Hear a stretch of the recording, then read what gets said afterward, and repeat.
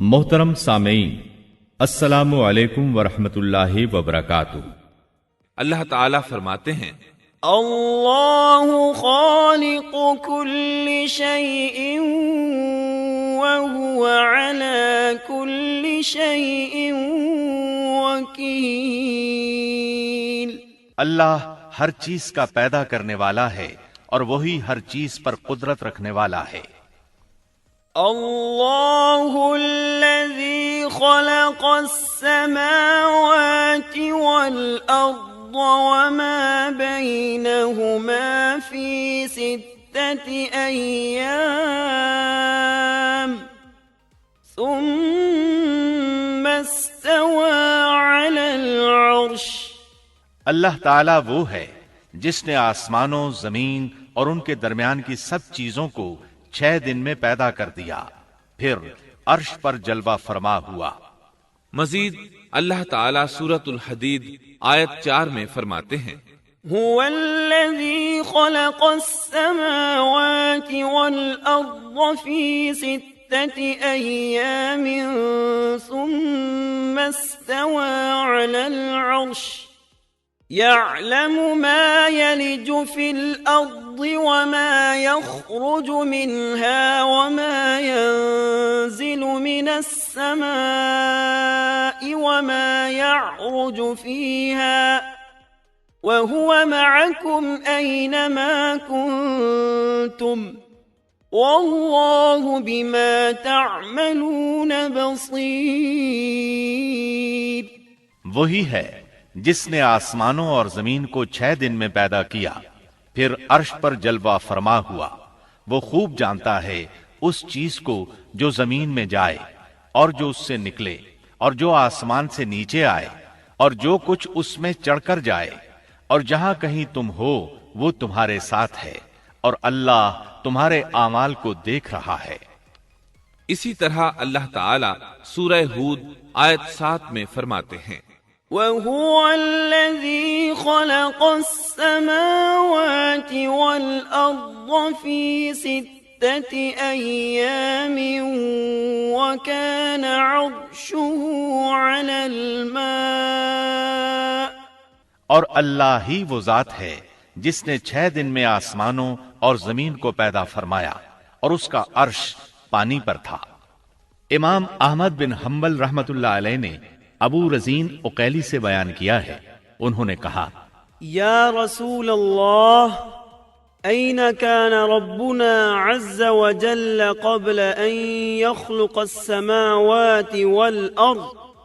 فقال صلى الله عليه وسلم كان في عماء ما فوقه هواء وما تحته هواء ثم خلق عرشه على الماء۔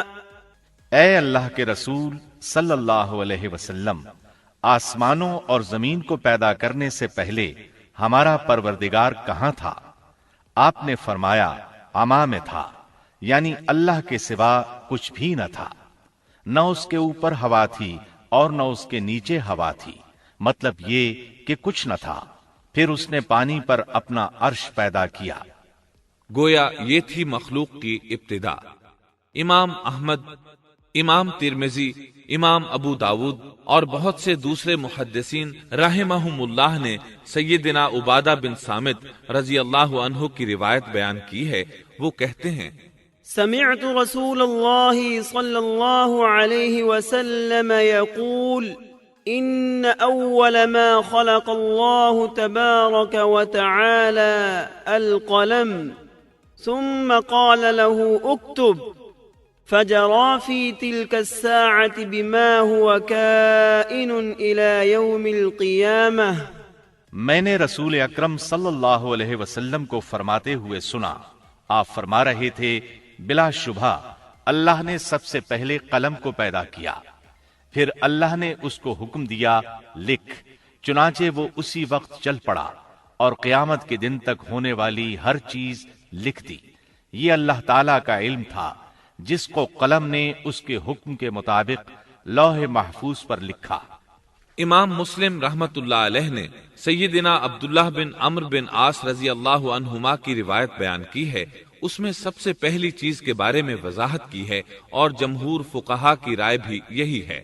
عبداللہ بن عمرو رضی اللہ عنہما بیان کرتے ہیں، سمعت رسول اللہ صلی اللہ علیہ وسلم يقول كتب الله مقادير الخلائق قبل أن يخلق السماوات والأرض ب50,000 سنة قال وعرشه على الماء۔ میں نے سنا آپ فرما رہے تھے اللہ تعالیٰ نے آسمان و زمین کی پیدائش سے 50,000 سال پہلے تمام مخلوقات کی تقدیریں لکھ دیں، اور اس وقت اس کا عرش پانی پر تھا۔ اس حدیث مبارک سے واضح ہو گیا کہ سب سے پہلے پانی اور پھر پانی پر عرش پیدا کیا گیا، پھر قلم کی پیدائش ہوئی، اس نے تقدیر تحریر کی، پھر آسمان اور زمین کی تخلیق ہوئی۔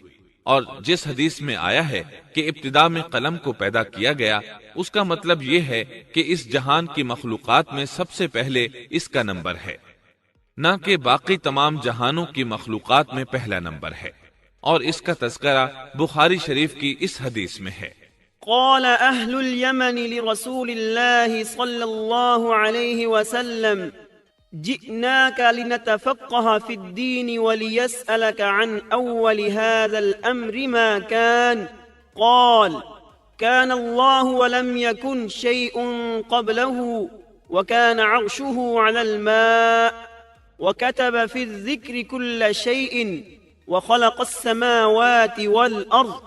یمن سے آئے ہوئے ایک وفد نے رسول اللہ صلی اللہ علیہ وسلم سے کہا، ہم آپ کے پاس دین کی سمجھ اور ابتدائے خلق کے بارے میں پوچھنے کے لیے آئے ہیں، یہ کہ سب سے پہلے کیا چیز تھی؟ آپ نے فرمایا اللہ تھا، اس سے پہلے کوئی چیز نہ تھی، اس کا عرش پانی پر تھا، پھر اس نے لوح محفوظ پر ہر چیز لکھ دی اور آسمان اور زمین کو پیدا کیا، یعنی ابتدا میں پانی پر عرش کی تخلیق ہوئی، پھر قلم کی پیدائش ہوئی، اس نے سب کچھ لکھ دیا۔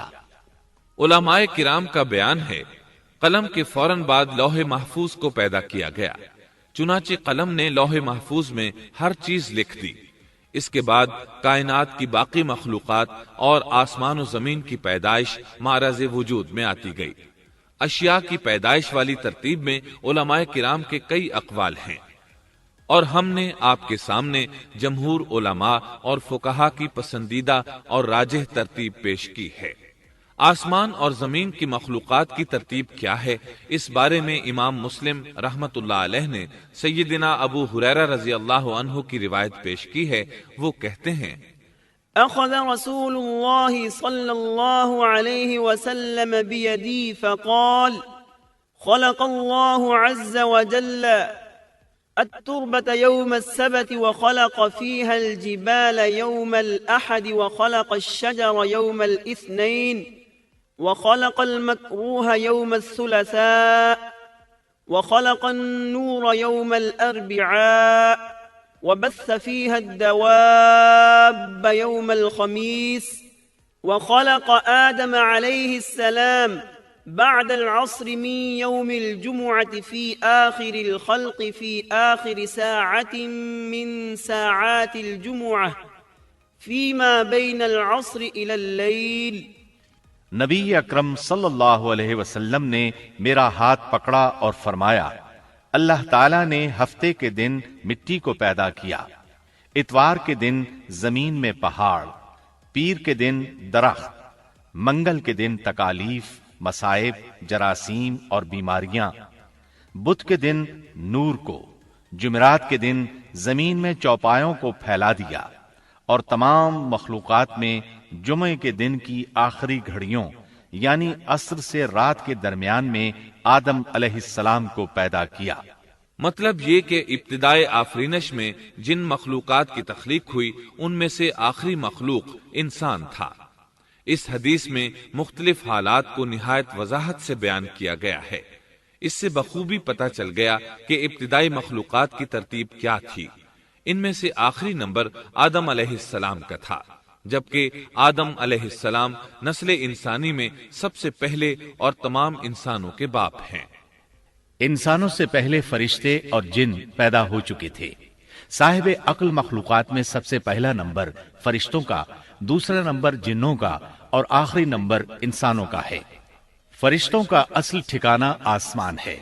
اللہ تعالی سورۃ الشورى آیت 5 میں فرماتے ہیں، تكاد السماوات يتفطرن من فوقهن والملائكة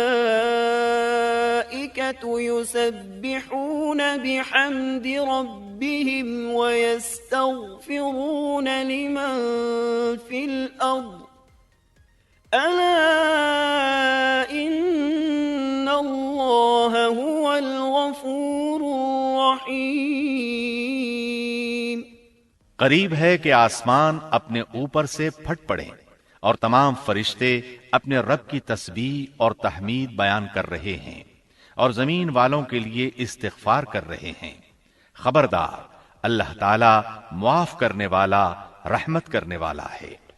مسلم شریف میں ہے، سیدہ عائشہ صدیقہ رضی اللہ عنہا سے روایت ہے کہ نبی اکرم صلی اللہ علیہ وسلم نے فرمایا، خلقت الملائكة من نور وخلق الجان من نار وخلق آدم مما وصف لكم۔ فرشتوں کو نور سے اور جنوں کو آگ سے پیدا کیا گیا اور آدم کو اس چیز سے پیدا کیا گیا جو تمہارے لیے بیان کر دی گئی، یعنی مٹی سے۔ فرشتوں کی تخلیق کے بعد جنوں کو پیدا کیا گیا۔ جنوں کو بھی انسانوں سے پہلے پیدا کیا گیا تھا، جیسا کہ اللہ تعالی سورۃ الحجر آیت 27 میں فرماتے ہیں، والجان خلقناه من قبل من نار السموم۔ اور اس سے پہلے جنات کو ہم نے لو والی آگ سے پیدا کیا۔ جنات کے بارے میں بہت زیادہ آیات و احادیث موجود ہیں۔ اللہ تعالی فرماتے ہیں، خلق الجان من مارج من نار۔ اور جنات کو آگ کے شعلے سے پیدا کیا گیا۔ مارج آگ کے بھڑکتے شعلے کے کنارے کو کہتے ہیں۔ گویا جنوں کو آگ کی جڑ سے نہیں بلکہ آگ کے شعلوں کے کنارے سے پیدا کیا گیا ہے۔ قرآن مجید میں اللہ تعالی نے ابلیس شیطان کا قول نقل کیا ہے، خلقتنی من نار۔ تو نے مجھے آگ سے پیدا کیا۔ اسی طرح پہلے بھی بیان ہو چکا ہے کہ اللہ نے فرمایا، والجان خلقناه من قبل من نار السموم۔ اور اس سے پہلے جنات کو ہم نے لو والی آگ سے پیدا کیا۔ یہ ہے جنات کی اصل اور بنیاد۔ ابلیس ملعون بھی جنات میں سے ہے، اور اس مسئلے میں کسی کو تردد اور شبہ نہیں ہونا چاہیے، اس لیے کہ قرآن مجید میں ہے، إِلَّا